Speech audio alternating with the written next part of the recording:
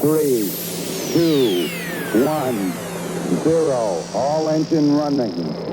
Liftoff. We have a liftoff. 32 minutes past the hour. Liftoff on Apollo 11.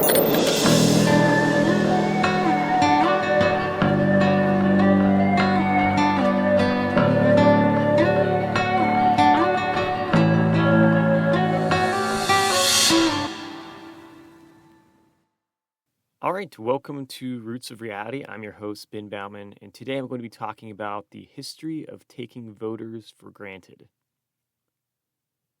So throughout the history of the world's oldest democracy, there have always been American politicians that have decided to take voters for granted. Whether by insulting voters or just by running poor campaign strategies, this is something that is historically not unusual.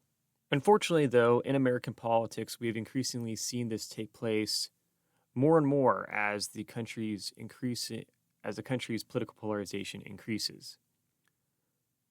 However, when we look historically, one of the earliest instances of this took place in 1932 during the Great Depression, when American President Herbert Hoover would make the Depression even worse by refusing to provide government relief to the enormous number of Americans struggling with poverty. As a result, he would get absolutely demolished in the 1932 election, losing 42 out of 50 states to future President Franklin D. Roosevelt. And also, this election really kind of highlighted the historic debate in the U.S. that still goes on to a certain extent today regarding the role of government in people's lives. For instance, it is not unusual to hear in conservative or libertarian circles the idea that the government that governs least is the government that governs best. Obviously, though, this was not the case during the Great Depression, and nor has it ever really been the case in American history, because government always plays a huge role in people's lives. Instead, it's really just about the balance of governance and ensuring that a government doesn't do too much or too little. Next, zipping on to much more recent elections, in 2012, the Republican presidential candidate Mitt Romney would make a tone-deaf remark stating that 47% of Barack Obama supporters were just looking for government handouts, thus insulting voters sympathetic to Obama's ideas regarding government, which is certainly never a great game plan for someone trying to win over people, and Mitt Romney would then go on to lose his election bid.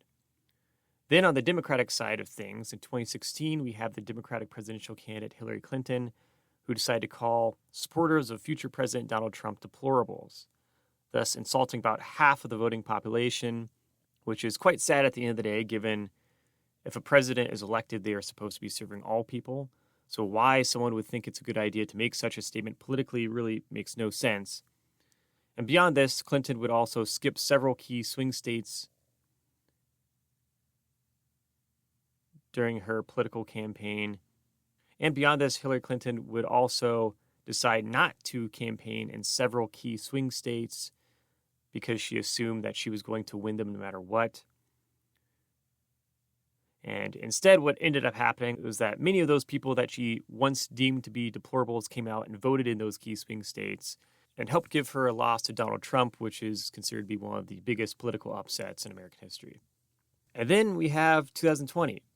Where Republican President Donald Trump would show he is quite prone to shooting himself in the foot, because during the historic COVID-19 pandemic, he would constantly show that he was not the leader the country needed in times of chaos. In fact, in many ways, he just added to the chaos by falsely claiming things like the pandemic was just going to magically disappear, and promote a variety of kooky ideas like injecting yourself with bleach and how that would somehow defeat the COVID-19 virus, and he would then later lose his re-election bid to the current American president, Joe Biden.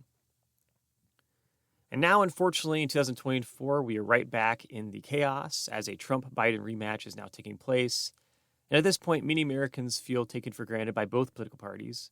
Donald Trump has made his political campaign about as polarizing as ever, calling those who don't support him human scum, which is probably one of the biggest insults a presidential candidate has ever said while campaigning, especially given that it was part of his Memorial Day greetings to the American people, which is frankly pretty egregious. And then the Democratic Party is running Joe Biden again, who has certainly aged quite a bit, as Americans have seen from his most recent televised presidential debate. So to say that Americans feel a bit taken for granted is probably an understatement. However, neither candidate would likely be running the show all that much as president, given how old they both are. So essentially, we're looking at more of a Trump administration versus Biden administration this next election. Donald Trump is obviously slightly younger and more energetic than Joe Biden, but is also more unhinged and lazy and has quite an affinity for authoritarianism and certainly would bring back the constant chaos to the White House, which plagued most of his presidency, except with a more authoritarian administration that really doesn't believe in democracy that much, which would be making most of the decisions on his behalf while he hangs out on social media and plays golf. And then we have Joe Biden, who has not aged well over the last few years, though his last debate performance likely made him appear worse than he actually is, because about 24 hours later, he seemed like a totally different person giving a speech in North Carolina.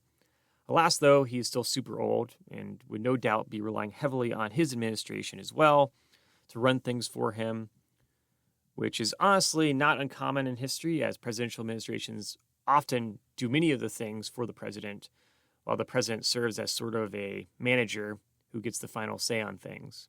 So his reelection would probably be much of the same as it has been these past 4 years.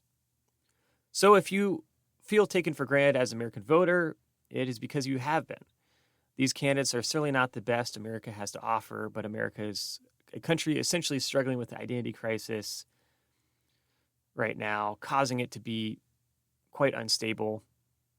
And we are a society with a lot of different people with a lot of different ideas. And that's okay, because we are a democracy. And in democracies, there will always be struggles, because that is ultimately what it means to be free. We are like a dysfunctional family. Yes, we drive each other nuts, but we still love our country because this is our home, and because we are free to argue, we are free to protest, and we are free just to be unhappy with the political choices we have.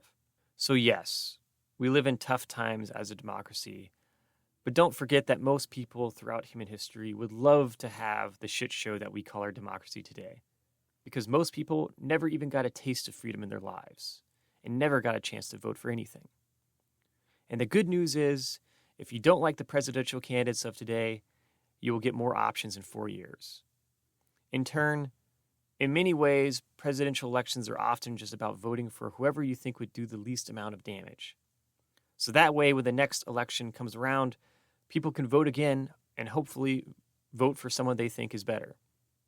So with that in mind, and with this low bar that we have for who the best candidate is, obviously the one thing that really matters this next election is who do you think is going to protect your democracy until you get that chance to vote again in 4 years. So with that, as always, remember, billions of years led to you, so make the most of it.